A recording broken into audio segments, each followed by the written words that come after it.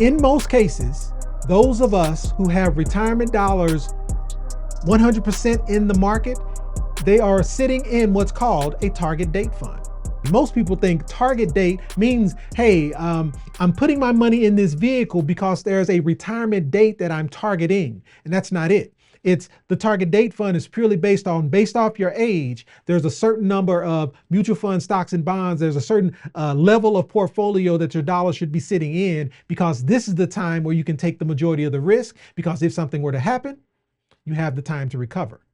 So the goal is to get rid of this thought process and focus on where can I place my dollars so that I can have more security and growth over them. This example is a client who's 57 years of age. He's got an old 401k, he's got a traditional IRA, he's got a Roth IRA with about $50,000 in it, and his whole purpose and goal is growth without risk. He wants to make sure his money can be placed in a position to where he can't lose what he has, because he's concerned. He's concerned about what this current administration is or isn't doing. And he wants to make sure that these dollars at age 57 with a 10-year time horizon, meaning age 57 to age 67, with a 10-year time horizon, how can he place these dollars in a position to where they're not lost due to market risk? That old 401k, actually for the 401k and the IRA, because they are both traditional dollars, the old 401k of $122,000 and the traditional IRA, the issue is where they currently are is impacted by the market. The goal is to roll them into a fixed indexed annuity. The idea is, where can I place these dollars to be able to put them in a position to where I can eliminate the market risk? We're going to move them into roll them into a fixed indexed annuity, which would allow us to protect against market risk. And then for the Roth IRA, even though it's only $50,000, we have the ability to do the same. Put those into a fixed indexed annuity to allow for the same tax-free growth. And here's the cool part about annuities. Annuities take on the form that the dollars being placed into them are.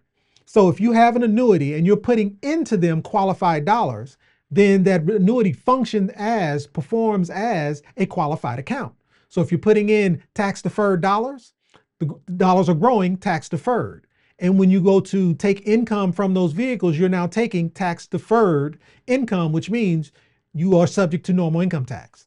But if you place tax-free dollars in them, if you place Roth dollars into an annuity, then those Roth dollars are growing tax-free, which means when it's time for you to start taking a distribution, you're now able to take tax-free distributions from that vehicle. Well, what does that look like inside of a traditional vehicle? I'll show you what it looks like in an annuity, but let's first, if we were to just simply take this $222,000, again, $122,000 from an old 401k, $100,000 for a traditional IRA, that's a total of $222,000. If we were to take this $222K and just simply allow Vanguard to do what it does, what would it look like if we were to take from age 57 to age 67? We're not contributing any more into this vehicle and allow that $222,000 to simply compound for the next 10 years, and I'm going to put it at 10%. What would that look like? And again, this is not my calculator. This is the Vanguard. What does Vanguard say, or how does that dollar amount perform from Vanguard's perspective? We're talking about a total of $428,000, meaning that $222,000 at 10% return, which is very hard to achieve, by the way. So I'm giving a full benefit of the doubt. We're talking about, on average, somewhere around $428,000. So your $222,000 has become $428,000. Well, okay, what does that look like if we were to, so $428,000 for the traditional dollar amount. What about for the Roth dollar amount? Age 57 to age 67, putting away $50,000 at a 10% return, what does that look like? So it was $428,000 for the 222, and we're talking, let's call it $97,000, that $50,000 of Roth dollars transitioning to $97,000. So $428,000 in traditional plus an additional $97,000 in Roth. Those are the two dollar amounts coming from, again, leaving these dollars where they are in traditional planning. This is assuming decent market performance, because we're talking about 10%, which is highly unlikely. 428 plus an additional $97K. And what is that? 525 is the total amount that you would be looking at from leaving those dollars in a traditional position. What would this look like if you were to transition those same dollars into an annuity? This is a growth annuity. This is an annuity that is solely focused on building the maximum amount of growth possible. There are hundreds, if not thousands, of annuities out there. So which one you choose depends upon what your goals are. What are the goals of this individual? 57 years of age, he has a time horizon of 10 years. He wants the maximum amount of growth during those 10 years. So he understands he's putting this money in a position to grow. He's parking the car for the next 10 years and he's focused on growth. And the key is where you put it. So we're putting it in a vehicle that, zoom in a little bit here, this $222,000 is gaining a premium bonus of $28,860. What that means is he's putting in $222,000, but this account is starting with $252,000, meaning there is a bonus added to this account. There is a match added to this account. There is the leverage added to this account that allows it to grow, meaning on initial input of the dollars placed into this product, he's now growing at $252,000 versus the $222,000 that he initially put in. And so what happens in a vehicle like this over the next 10 years? And this performance is simply based on the previous 10 years performance. What I'm saying is this annuity is functioning as the age 57 to 67. How would it perform if we just use the previous 10 years of performance? How would this annuity perform in this case? And if that's the case, by age 67,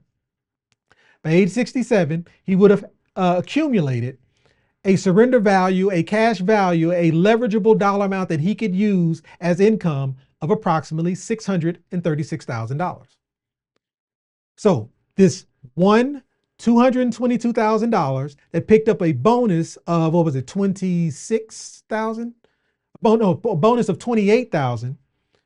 Again, if we just look at how the previous 10 years have performed, would produce a total of 636,000 off that one, allowing it to, again, set it and protect it to be able to produce the maximum amount of growth. That's just the original 222,000. What would it look like if we then take the 50,000? Again, that 50,000 in Roth is growing Roth. There's a bonus of 6,500 added to this 50,000, which means the account is starting with 56,956 day one.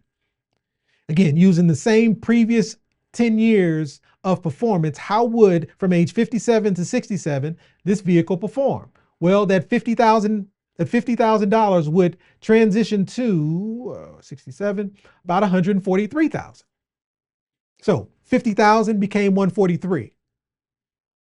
So Roth, 50,000 became 143. For traditional, the 222,000 became 636,000. So if we were to just look at these vehicles together, let me draw my line here. That 636,000 plus that 143,000 transitions into about $779,000 total over that 10-year period. Which is better? 779 compared to 525,000 based off a 10% on average rate of return, knowing that that's highly unlikely. But given Vanguard and the traditional retirement, I'll call it structure, the benefit of the doubt, 525K compared to 779, which is better.